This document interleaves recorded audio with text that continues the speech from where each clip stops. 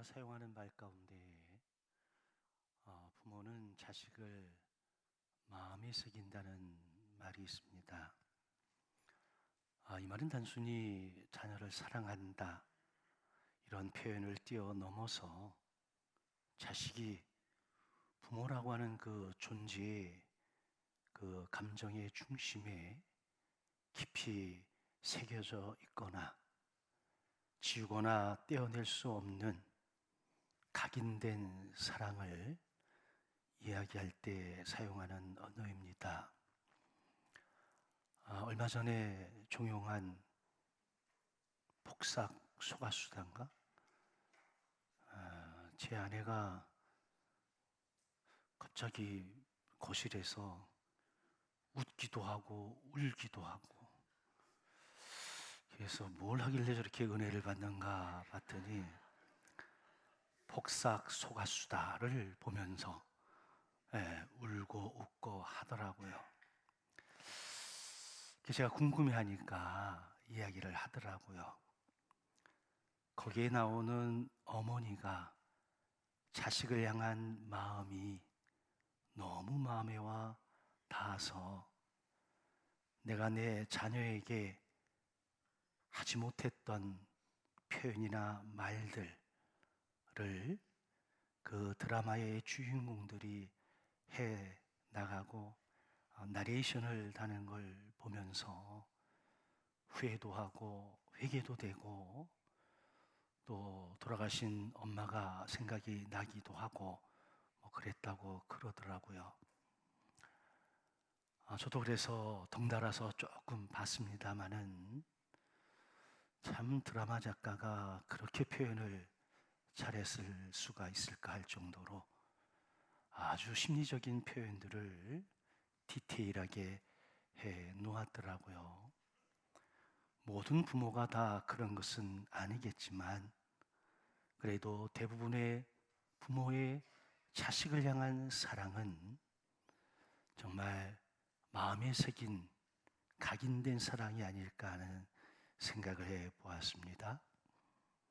근데 이사야 49장 15절 이하에도 보니까 여인이 어찌 그 젖먹는 자식을 잊겠으며 자기 태에서 난 아들을 긍휼히 여기지 않겠느냐. 그들은 혹시 잊을지라도 나는 너를 잊지 아니할 것이라.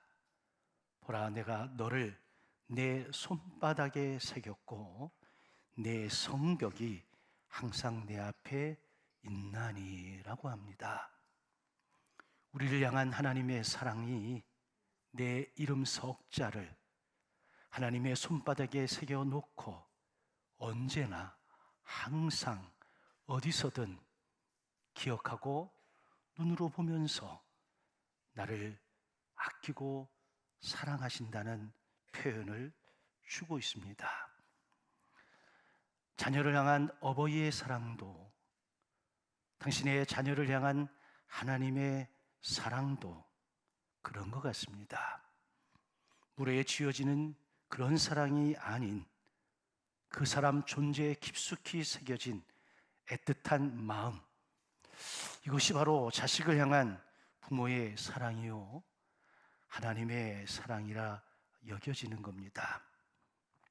나태주 시인의 사랑이라는 말이라는 시에 봤더니 사랑이라는 말을 할 수 없어도 눈빛으로 말하고 손길로 말하고 따뜻한 밥상 위에 국물로 말하지요 라고 되어져 있더라고요. 여러분, 때로는 그저 옆에 있어주기만 해도, 그저 따뜻한 눈빛만 바라봐도, 때로는 힘들고 어려울 때 다가와 손 한번 잡아주는 것만으로도 여러분, 사랑은 얼마든지 표현해 줄 수 있겠지요. 무뚝뚝하고 표현을 잘못한 어머니도 사랑하는 자녀를 위해서 때로는 그가 가장 좋아하는 따뜻한 국밥을 해놓고 그 아이를 기다리는 경우가 얼마나 많은지 모릅니다. 저도 이 글을 쓰면서 생각이 났어요. 제가 구사단 백마부대에서 근무를 했는데 강안이라고 하는 데가 있어요. 행주대교에서 저 밑으로 오두산까지 가는 그 해변을 이제 경계하는데 추운 겨울인데 제가 감기 몸살이 왔어요. 그래서 끙끙 앓고 있었는데 제 선임병이 사무실로 좀 오라 그래서 제가 갔습니다. 그랬더니 어디서 구했는지 누룽지를 구해서 누룽지 죽을 이렇게 끓여가지고 저한테 먹으라고 그러고 자기는 자리를 비켜주더라고요. 제가 불편할까봐. 사람이 힘들 때 이 먹는 게 굉장히 이게 좀 거시기 하거든요. 제가 그 누룽지 죽을 먹으면서 얼마나 많이 울었는지, 그리고 선임병이 얼마나 고마웠던지 지금도 그 이름 석자를 잊지를 못합니다. 신자, 광자, 숫자를 쓰고 있는데, 근데 군대에서 제대한 지 수십 년이 지나서 어떻게 수송을 해봐도 알 길이 없는데 언제 한번 만나면 제가 따뜻한 국밥 한 그릇 사주고 싶은데 말이죠. 부모의 사랑이 이런 거지요. 말로 다 표현할 수 없는, 굳이 표현되어지지 않아도 전해지는 사랑, 그 사랑이 부모의 사랑인 것처럼 우리를 향한 하나님의 사랑도 그와 같은 거지요. 며칠 전 엄마 이야기를 하면서 하염없이 흘러내리는 눈물을 닦아내던 우리 교회 여집사님의 모습 속에서 다시 한번 가슴 뭉클해지는 사랑의 아름다움을 확인해 볼 수도 있었습니다. 그러면 왜 부모의 사랑이, 그 어머니의 사랑이 그토록 아리고 절실하고 아름다운 걸까요? 제가 생각해 봤더니 그것은 바로 내 어머니가 겪어야 했던 고통과 고난 때문이 아닐까 하는 생각이 들었습니다. 부모가 잘났든 못났든 부모는 부모로서의 고통과 고난의 세월을 다 보낸 이들이지요. 한평생 길고 긴 고통과 고난의 터널을 통해서 탄생되어지는 것들이 바로 부모의 사랑이요, 어미의 사랑입니다. 자녀들은 또한 어머니가 걸었던, 부모가 걸었던 그 길을 고스란히 걸어가면서 스스로 부모의 사랑을 체득하게 되어지는 거지요. 그 또한 어려움 속에서, 고통과 고난 속에서 깨달아지는 겁니다. 하나님의 사랑도 고통과 고난이라고 하는 삶의 과정을 통해서 알게 되어지더라고요. 그래서 어찌 보면 고통과 사랑은 비례하는 것이 아닐까. 고통의 크기와 고난의 크기에 따라서 하나님의 사랑의 크기가 느껴지기를 비례되어지는 것은 아닐까 하는 생각을 해봅니다. 우리가 삶에서 겪어야 했던 여러 가지 어려움들은 우리로 하여금 하나님이 나를 얼마나 사랑하시는지를 확신할 수 있는 또 다른 지표가 되어짐을 알 수 있습니다. 여러분, 사랑, 위대한 힘을 가지고 있음에 틀림이 없어요. 그래서 존 스토트 박사는 사랑에 대해서 이렇게 표현을 하더라고요. 부모에게 사랑받고 있다라고 하는 확신은 어린 자녀에게 정서적 발전에 필수적이다. 여러분들이 여러분들의 자녀와 손주와 다음 세대들을 위해서 사랑과 은혜를 베풀면 그 아이들이 내가 사랑받고 있다라고 하는 감정과 마음과 확신만 가져도 그 아이가 정서적으로 건강하게 성장할 수 있대요. 그렇다면 우리가 우리의 다음 세대, 우리의 자녀들, 우리의 손주들을 대할 때에 과연 어떤 모습으로 대해야 될까요? 아이를 훈육하고 가르친다라고 하는 명목 아래에 우리가 내 감정을 고스란히 드러내 놓지는 않았을까요? 제가 언젠가 이야기했죠? 인간은 지랄 총량을 가지고 있어요. 이 지랄 총량이 언제 쓰일지는 모르겠습니다만은 이 지랄 총량이 부모에게 사랑받고 자랐다는 확신이 있는 아이들은 이것이 좀 희미해질 수 있겠지만, 그렇지 못한 자녀들은 어느 순간인가 지랄을 합니다. 그러면 감당할 수가 없는 거죠. 근데 많은 부모들은 내가 너한테 못해준 게 뭔데? 또 그러면서 하소연하지 않을까? 근데 여러분, 심은 대로 거두는 건 자녀에게도 똑같습니다. 배우자나 친구에 대한 사랑에 대한 확신은 그 인간이 가지고 있는 역량, 에너지, 그것에 대한 성취를 함에 놀랍도록 기여를 한답니다. 그러니까 여러분들의 아내, 여러분들의 남편도 여러분 귀히 여기고 사랑하고 사랑받고 칭찬하고 공감하며 살아가세요. 그래야 내 아내가, 내 남편이 인간 성취, 자아 실현을 이룬대요. 또 하나, 하나님의 사랑에 대한 확신은 지금까지 겪었던 모든 것들보다 훨씬 더 큰 풍성한 복을 가져온답니다. 그것이 내게 기쁨과 평화와 자유와 확신과 자존감의 주된 비결이 된대요. 저와 여러분들이 부모로부터 받은 사랑, 하나님께로부터 받은 사랑, 이것이 얼마나 크고 놀라운 은혜인지를 알아야 될 이유가 바로 여기에 있다라고 하는 거죠. 오늘은 교회력으로 고난주일이지요. 예수께서 십자가의 길을 걸으시기 전, 고통이 절정에 이르기 전 한 주간을 보내는 이 기간 동안에 제가 바라기는 우리 모두가 하나님의 사랑이 어떠한지, 그 하나님의 사랑이 내게는 어떤 의미가 있는지, 하나님이 나를 당신의 마음의 손바닥에 새겼던 것처럼 우리도 우리의 마음 가운데 그 십자가의 사랑, 그 하나님의 사랑을 새길 수 있으면 참 좋겠습니다. 바울은 로마서 5장에서 하나님의 사랑에 대해서 표현 이렇게 했습니다. 소망이 우리를 부끄럽게 하지 아니함은 우리에게 주신 성령으로 말미암아 하나님의 사랑이 우리 마음에 부은 바 됨이니라고 했습니다.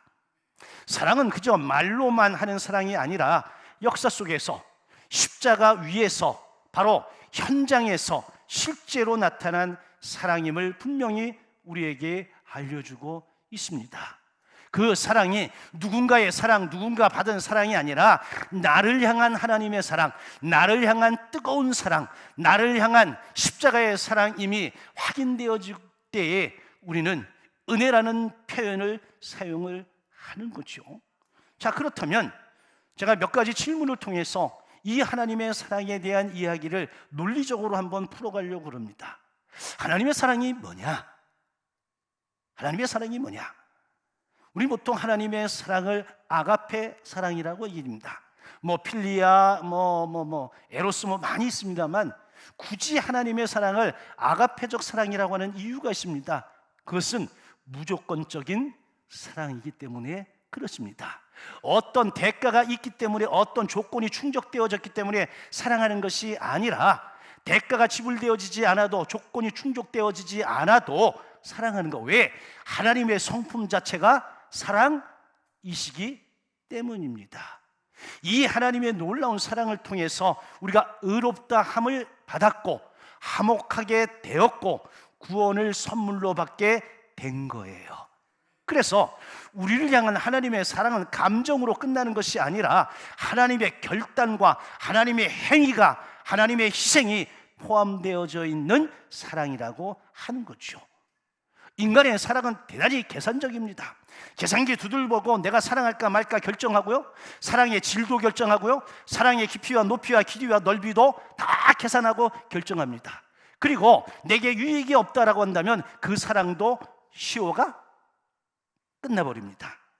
그런데 하나님의 사랑은 그렇지 않습니다. 하나님의 사랑은 변함이 없고 전능하신 하나님의 사랑이기에 전능하고 주체적이고 적극적인 사랑이에요.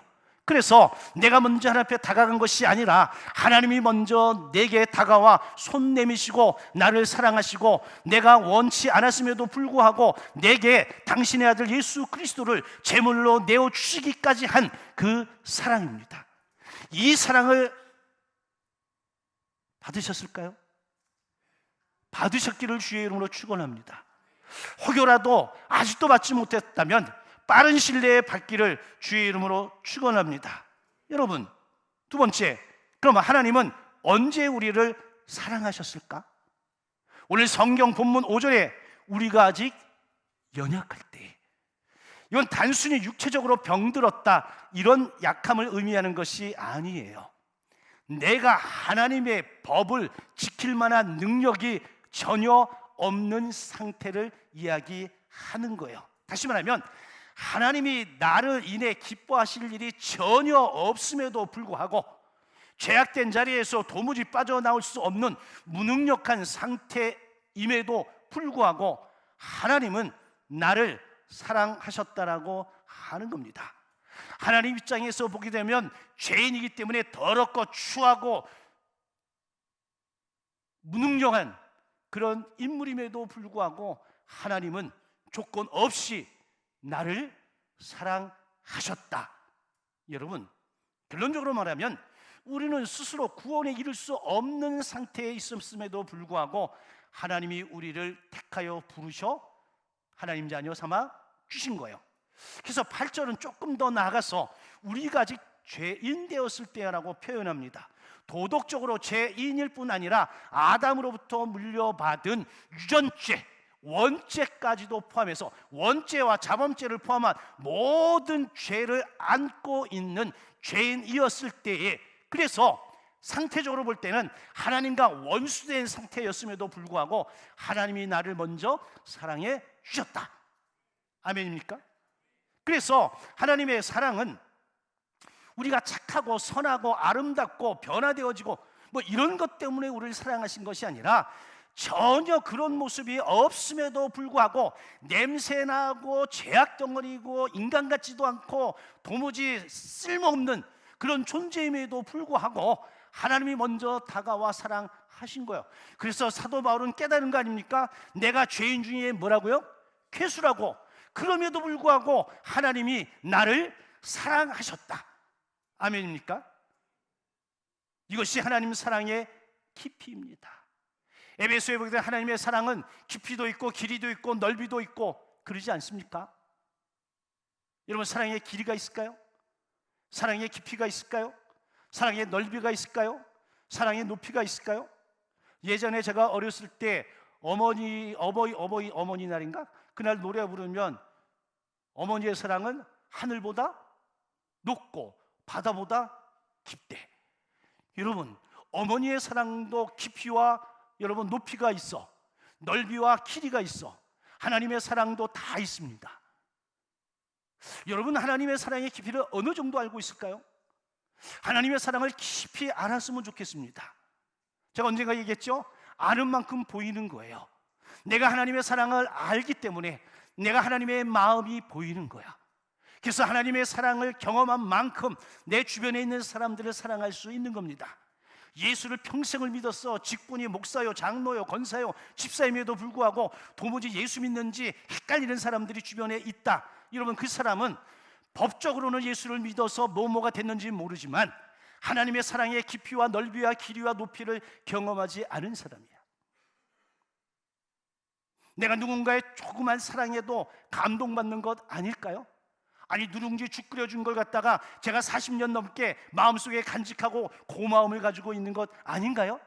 대단한 것 때문 아니지 않습니까? 이게 사랑이라고 하는 거예요. 사랑을 받을 만한 자격이 전혀 없는 나를 사랑하신 것, 이게 여러분 복음의 핵심입니다. 복음의 핵심, 하나님은 나를 사랑하신 거예요. 여기서부터 모든 것이 출발되어지는데, 그러면 하나님이 어떤 방법으로 나를 사랑하셨을까? 하나님께서 자신의 아들 예수 그리스도를 십자가에 내어주는 방법으로 우리를 사랑하셨습니다. 아니, 하나님이신데, 창조주요 전능자이신데 다른 방법도 있었을 텐데 굳이 왜 이 방법을 썼을까? 이 방법밖에 없기 때문입니다. 8절은 말합니다. 그리스도께서 우리를 위하여 죽으셨다. 9절은 그의 피로 말미암아 의롭다 하심을 얻었다. 여러분, 우리가 구속받을 자격이 있고 대가 지불이 가능하다? 아닙니다. 전혀 그럴 수 없습니다. 그럼에도 불구하고 우리를 사랑하시고 날 사랑하셔서 당신의 가장 소중하고 가치 있는 것을 내어주신 거예요. 그래서 하나님의 사랑은 나의 일부를 떼내준 것이 아니라 하나님의 전부를 내게 쏟아 부으신 사랑이에요. 아멘입니까? 이 사랑을 우리는 인간의 지식으로, 인간의 감정으로 깨달아 알 수가 없습니다. 그래서 오늘 성경은 성령이 우리에게 부은 바 됨이니 무슨 얘기예요? 성령의 감화, 감동을 통해서 하나님의 놀라우신 사랑을 깨달아 알 수 있는 거예요. 아멘입니까? 여러분, 부모의 사랑도 내가 너 사랑해, 내가 너 사랑해 말로 한다고 그게 사랑 느껴집니까? 아니죠. 어느 날 갑자기 어떤 계기를 통해서 내 부모가 나를 이렇게 사랑했구나 라고 깨달아 알아지는 것 아닌가요? 마찬가지 이치입니다. 우리에게 없어서는 안 될 흠이 없고 점이 없는 구속의 피가 반드시 필요했다는 거예요. 이것을 위해서 전부를 내놓으신 겁니다. 그럼 우리를 향한 하나님의 사랑, 나를 향한 하나님의 사랑은 의심할 여지가 조금도 없다는 겁니다. 그래서 예수님의 십자가는 고난의 상징을 뛰어넘어서 나를 향한 하나님의 사랑의 상징이다. 하나님의 사랑이 그 십자가에 새겨진 바 되었다라고 하는 겁니다. 그래서 십자가는 단순한 고난의 도구가 아닌 하나님의 사랑이 가장 극적으로 표현되어진 자리가 십자가입니다. 오늘 본문 7절에 봤더니 이 사랑에 대해서 의인을 위하여 죽는 자가 쉽지 않고요, 선인을 위하여 용감히 죽는 자가 혹 있을 수도 있답니다. 무슨 말일까요? 남을 위해 자신의 생명을 내놓을 수 없는데 하나님은 나 같은 죄인, 더럽고 추하고 냄새나고 비열한 이 인간을 위해서 당신의 전부를 내놓으셨다는 겁니다. 이 사랑을 저는 성령의 감동과 감화를 통해서 깨달아 알았어. 그런데 그 이전에 뭘 알게 되어져냐? 내가 죄인임을 알아야 돼. 내가 죄인임을 성령이 깨달아 알게 해주시면 이것이 깨달아지고 알아질 때 동시에 임하는 하나님의 사랑의 크기와 넓이와 높이와 깊이도 깨달아 알아져서 하나님 앞에 두 손 두 발 다 들고 감사하는 거예요. 아멘입니까? 네 번째, 우리를 향한 하나님의 사랑인 어떻게 보장될까? 여러분, 사랑이 영원한가요? 사람의 사랑이 영원한가요? 답을 못하는 게 정답인 것 같아요. 제가 질문을 해봤어요. 사람의 사랑은 한계가 있더라. 사람의 사랑, 아니 뭐 어저께까지 중매 사내에서 결혼했는데 그 다음날 이혼하는 거 보면 그놈의 사랑은 도대체 무슨 사랑인지 알 수 없는데 보장이 돼요, 보장이. 그래서 우리를 향한 하나님의 사랑이 어떻게 보장되는가 제가 물어봤더니 10절에 있네요. 화목하게 된 자로서는 더욱 그의 살아나심으로 말미암아 구원을 받을 것이니라. 여러분, 십자가의 사건은 과거의 사건이야. 그런데 예수의 부활은 현재와 미래를 위한 보장입니다. 제가 언제 말씀했어요? 혹시 기억할지 모르지만 안진뱅이를 일으킬 때 일으키다가 에게이렌이라고 하는 헬라어 단어를 쓰는데 예수가 죽음에서 살아났다, 부활했다, 이 단어도 에게이렌이야. 다시 말하면 우리는 여러분 원죄에서 사함받는 십자가의 죽음을 통해서 부활의 경험을 하죠. 그러나 그 이후에 우리 날마다 우리의 연약함에서 부활을 경험할 수 있고요, 우리의 애통함을 통해서, 질병을 통해서, 여러 가지 일들을 통해서 다시금 하나님의 은혜로 일어선다면 이것이 뭐야? 이게 에게이렌이야. 이게 부활이에요. 또 다른 의미에. 그래서 우리는 여러분 날마다 뭘 경험하며 살아간다? 예수의 부활을 경험하며 사는 거예요. 그런데 부활의 전제 조건은 반드시 뭐가 있어야 돼? 죽어야죠. 죽지 아니하고 부활은 불가능하잖아. 근데 예수께서 죽음에서 부활하신 것처럼 우리도 여러분 십자가에 내 자아를 못 박음으로 죽음을 경험하는 거예요. 그리고 고통 속에서, 질병 속에서 구원받는 건 우리가 또 다른 의미에서의 부활을 경험하는 거예요. 하나님의 사랑은 죽음에서 끝나는 게 아니라 하나님의 사랑은 과거로부터 시작해서 현재에 이르고 현재를 기점으로 또 미래로 향해 나가는 것. 그래서 과거와 현재와 미래 내 생애에 온통 다 하나님의 사랑이 부어진 거예요. 아멘입니까? 이게 보증이야. 그러니까 여러분들이 살아가면서 때로는 힘들고 어려움을 겪잖아요. 그런데 주의 은혜로 그것을 극복했다. 여러분, 이게 뭐야? 부활이라. 이걸 통해서 우리는 하나님의 사랑을 보증받는 거예요. 다섯 번째, 그러면 우리는 하나님의 사랑을 어떻게 깨닫고 있을까? 5절이 말합니다. 우리에게 주신 성령으로 말미암아 하나님의 사랑이 우리 마음에 부은 바 되매니. 누굴 통해서 알아요? 성령을 통해서 알아요. 성령이 우리 안에 계시기 때문에 내가 죄인임을 깨달아 알게도 하지만 하나님의 사랑이 얼마나 크고 놀라운지도 깨달아 알게 하는 거야. 그래서 세상이 말하는 사랑과 우리 그리스도인들이 구원받은 자로서 하나님께서 말하는 사랑은 여러분 질적인 차이가 분명히 존재하는 겁니다. 또한 성령이 우리에게 깨닫게 하시는 하나님의 사랑은 단순한 지식이 아니라 내가 경험, 체험하는 사랑을 의미합니다. 우리가 보통 알다라고 하는 히브리어 단어를 우리는 단순히 지식적으로 알다 이게 아니에요. 에피그노시스라고 해서 경험적으로, 체험적으로 아는 거예요. 이런 말로만 사랑한다는 거 오래 못 갑니다. 그런데 경험을 통해서, 체험을 통해서 사랑을 경험하면 여러분 평생을 잊지 못하고 마음에 새기는 것 아닐까요? 하나님의 사랑이 성령을 통해서 우리에게 주어질 때 그렇게 경험적으로, 체험적으로 느껴진다라고 하는 겁니다. 그렇게 사랑을 체험하면 그 다음에 그 하나님의 사랑이 나를 통해서 이리저리로 흘러가는 거예요. 그래서 마이크라고 하는 목사님이 이런 표현을 했어요. 하나님의 사랑을 단 한 번이라도 제대로 맛본 사람이라면 그 후에는 그 이전과 같은 삶을 살 수 없다. 하나님의 사랑이 너무 크고 놀랍고 대단하고 이게 값을 매길 수 없는 것이기 때문에 이것에 대한 감동과 감화와 은혜와 감사 때문에 내가 다른 짓을 한다 못한다? 못한다는 거예요. 아멘입니까? 내가 할 수 있어요. 내 능력도 돼. 내가 얼마든지 그 정도 감당할 만해. 그럼에도 불구하고 나를 향한 십자가의 사랑과 하나님의 사랑이 너무 크고 놀라운 것을 내가 경험했고 체험했기 때문에 내가 그걸 통해서 인격적으로 변화가 되어졌기 때문에 그와 상반된 삶을 살아가는 것을 허용할 수가 없다. 이런 표현이거든요. 저와 여러분 이런 사랑을 느꼈으면 참 좋겠습니다. 이런 사랑은 고난의 순간에 더욱 분명하게, 명확하게, 그리고 경험적으로 내게 다가옵니다. 그래서 절망 가운데 더욱 깊이 체험을 하게 되죠. 그런데 이 사랑을 통해서 우리는 어떤 상황도 이기고 극복하고 넘어가고 회복할 수 있다라고 하는 사실이에요. 그래서 사랑은 강하고 힘이 있고 능력이 된다고 하는 겁니다. 자, 여섯 번째, 아들을 내어주신 하나님의 사랑의 열매는 뭘까요? 11절에 봤더니 우리 주 예수 그리스도로 말미암아 이제 우리가 화목을 얻게 되었느니라. 뭘 얻었다고요? 화목입니다.